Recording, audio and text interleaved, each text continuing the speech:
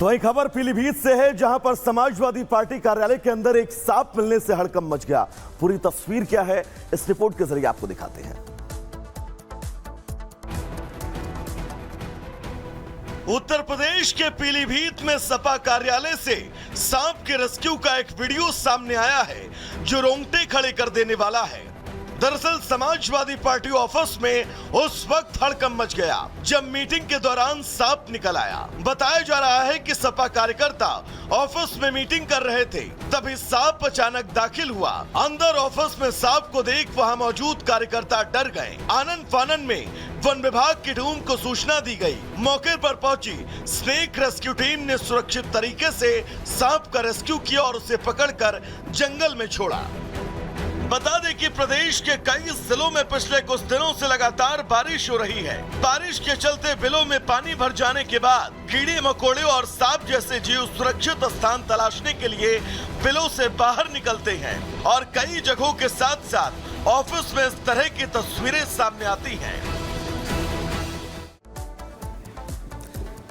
तो महाराष्ट्र में विधानसभा चुनाव होने वाले, लेकिन उससे पहले शिंदे सरकार ने बड़ा फैसला लेते हुए गाय को राज्य माता का दर्जा दे दिया। इसे कहा जा रहा है कि गौ तस्करी पर लगाम लगेगी, तो वहीं गौ संवर्धन भी होगा। रिपोर्ट आपको दिखाते हैं।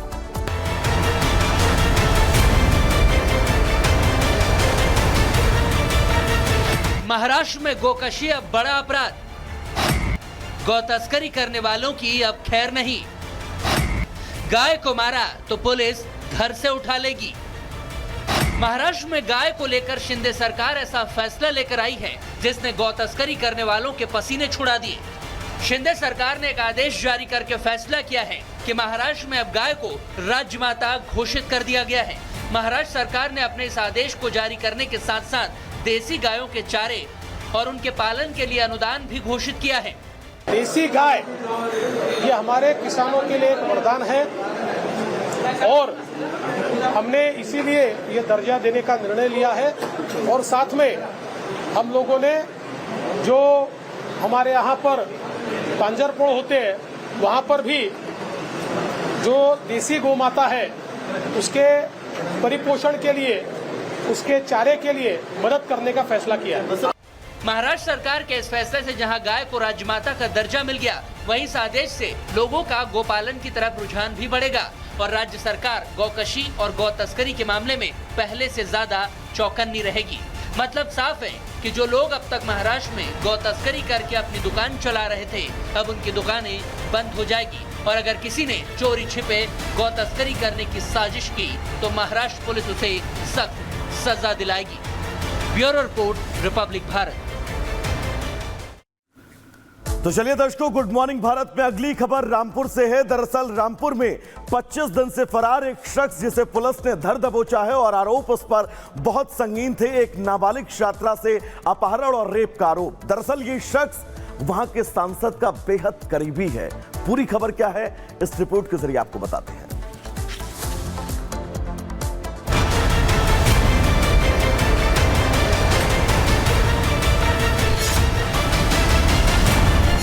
तस्वीरों में दिख रहा मोस्ट वांटेड शख्स कोई आम शख्स नहीं है। ये विधानसभा चुनाव लड़ चुका है। राजनीति में गहरी पैठ वाला एक निजी अस्पताल का मालिक है। इन संबंधों और पैसों का इस्तेमाल वो लोगों की सेवा करने में नहीं बल्कि गलत काम करने में करता है। इसका नाम साजिद अली पाशा है, जिस पर पुलिस ने 25,000 का इनाम घोषित किया था। पाशा पर एक नाबालिग लड़की के साथ दुष्कर्म और उसके अपहरण करने का आरोप है, लेकिन फिर भी आपको उसके चेहरे पर ना तो कोई शिकन दिखाई देगी और ना ही अपराध का भाव। अपहरण के खुलासे के बाद से ही पाशा फरार चल रहा था। पुलिस प्रधानमंत्री ने इजरायली पीएम नेतन्याहू से बातचीत की, पश्चिम एशिया के हालात पर चर्चा की। कहा, भारत शांति और स्थिरता के लिए प्रतिबद्ध, दुनिया में आतंकवाद के लिए कोई जगह नहीं है। हिजबुल्लाह चीफ नसरल्लाह की मौत पर कश्मीर में लगातार तीसरे दिन प्रदर्शन। जम्मू कश्मीर के बडगाम में शिया समुदाय के लोगों ने प्रदर्शन कर इजराइल के खिलाफ नारेबाजी की। नसरल्लाह की मौत पर यूपी की राजधानी लखनऊ में निकाला जाएगा कैंडल मार्च। आज रात 8 बजे शिया समुदाय के हजारों लोग निकालेंगे कैंडल मार्च। नसरुल्लाह की मौत पर हो रहे प्रदर्शन पर बोले स्वामी बालक दास महाराज, कहा यह समस्या तब तक जारी रहेगी जब तक मदरसों पर बैन नहीं लगाया जाए। मदरसे बंद होने चाहिए। सरकारों को चाहिए कि तत्काल मदरसों पर बैन लगाना चाहिए। अगर मदरसे चालू रहेंगे तो इस प्रकार से मानसिकता भरे हुए बच्चे पैदा होंगे। नसरुल्लाह की मौत के खिलाफ हो रहे प्रदर्शन पर बोले सीएम हेमंता बिस्वा शर्मा, भारत के अंदर भी कोई नसरुल्लाह है तो उनको भी मारना चाहिए। दिल्ली में कई जगहों पर अगले 5 दिनों के लिए बीएनएस की धारा 163 लागू। इस दौरान जगहों पर धरना प्रदर्शन पर रहेगी पाबंदी। सीमाओं पर चौकसी। पुलिस को मिले थे गड़बड़ी फैलाने के इनपुट। जम्मू कश्मीर में तीसरे और आखिरी चरण के लिए मतदान आज 7 जिलों की 40 सीटों पर सुबह 7 बजे से डाले जाएंगे वोट। पाकिस्तान सीमा से सटे हैं 6 जिले।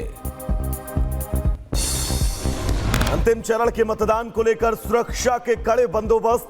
86,000 सुरक्षा कर्मियों के पहरे में वोट डालेंगे 29 लाख मतदाता। जम्मू संभाग में जम्मू, उधमपुर, सांबा और कठुआ तो कश्मीर संभाग के बारामूला, बांदीपुरा और कुपवाड़ा में डाले जाएंगे वोट।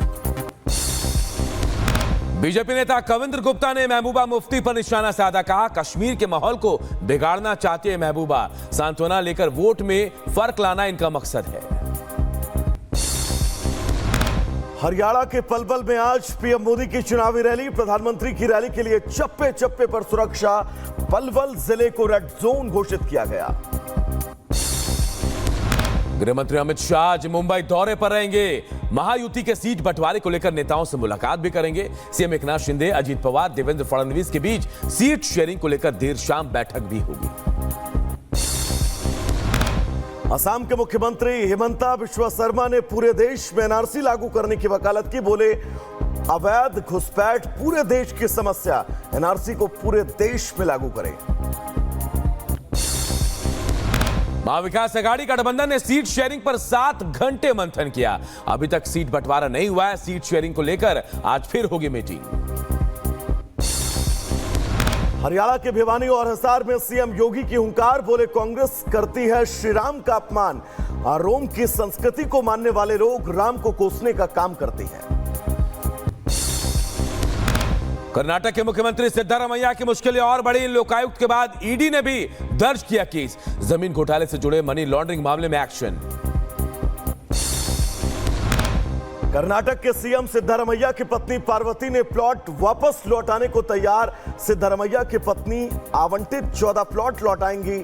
ईडी की एफआईआर के बाद पार्वती ने मूडा को लेटर भी लिखा है। हरियाणा में कांग्रेस ने खेला ब्राह्मण कार्ड। सुरजेवाला ने कहा यूपी में ब्राह्मणों पर हो रहा अत्याचार। गिरिराज का पलटवार, कहा मुस्लिमों के हितैषी को ब्राह्मण याद आ गए। उधर हरियाणा के पूर्व गृह मंत्री अनिल विज ने शैलजा और हुड्डा के हाथ